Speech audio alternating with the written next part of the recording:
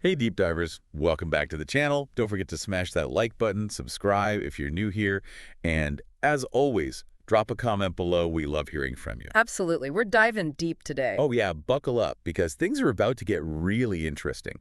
We're in the final countdown, folks, the last few days before the 2024 U.S. election. And you know what that means? Candidates are pulling out all the stops. We're seeing some really fascinating campaign strategies playing out right now, all vying for those crucial last-minute votes. It's a fascinating time to watch the dynamics of a campaign unfold, for sure. For sure. And one candidate in particular is grabbing everyone's attention. Donald Trump. Recent reports suggest he's got a whirlwind of events planned for these final days. Oh, like what? Fill me in. Well, one that really stands out, he's slated for a big interview with none other than Tucker Carlson. And get this, it's happening in Arizona just days before the election. Wow. Okay, so right off the bat, we're seeing some strategic choices here. Let's break it down. We've got Trump, a candidate known for his media savvy and ability to command attention. Right, he knows how to put on a show. Exactly. Then we've got Tucker Carlson, a media figure with a huge and, let's be honest, very loyal conservative following. And they're coming together in Arizona, a key battleground state. Arizona's going to be so important in this election. Absolutely. Recent polls show a virtual dead heat between Trump and Harris there.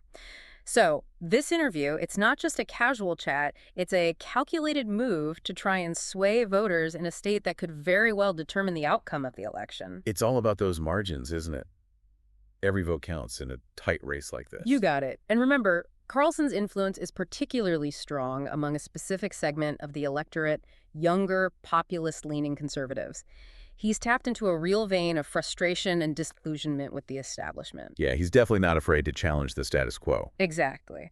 So by appearing with Carlson, Trump is sending a clear signal to this base. He's aligning himself with a figure who resonates deeply with their concerns and anxieties. It's a way to energize this crucial part of his base and get them out to vote. And don't forget, this isn't just a one-off appearance. Carlson has been actively involved in Trump's campaign. I mean, he was a key player in getting J.D. Vance on the ticket as Trump's running mate. Oh, that's right. And they've even been hitting the campaign trail together. That's a powerful alliance, no doubt. So yeah, this interview is a big deal.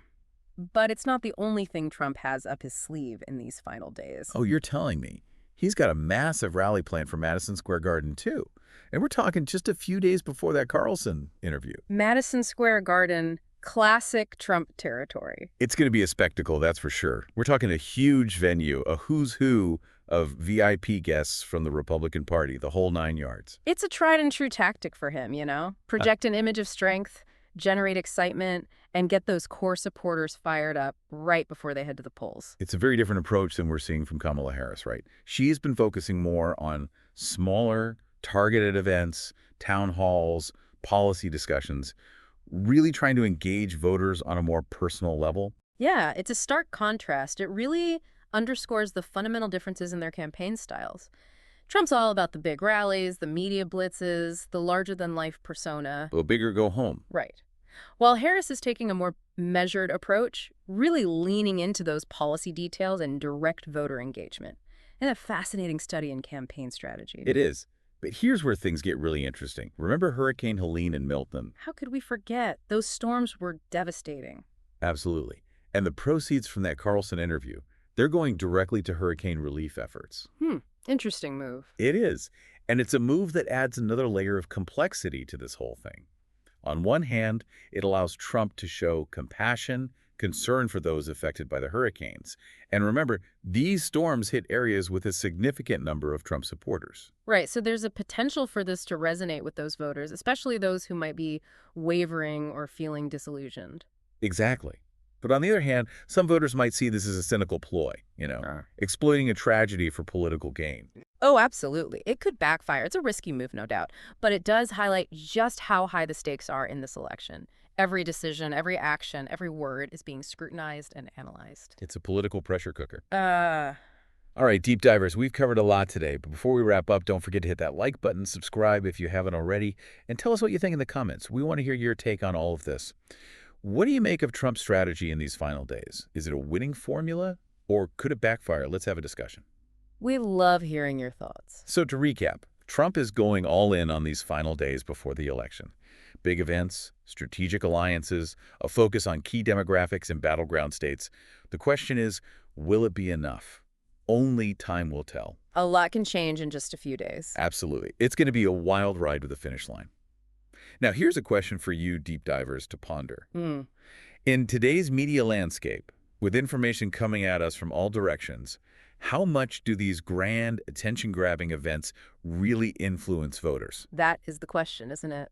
I mean, we're constantly bombarded with news, opinions, social media, and it can be hard to cut through all the noise. So, are these big rallies and media spectacles still effective? Or are voters looking for something different?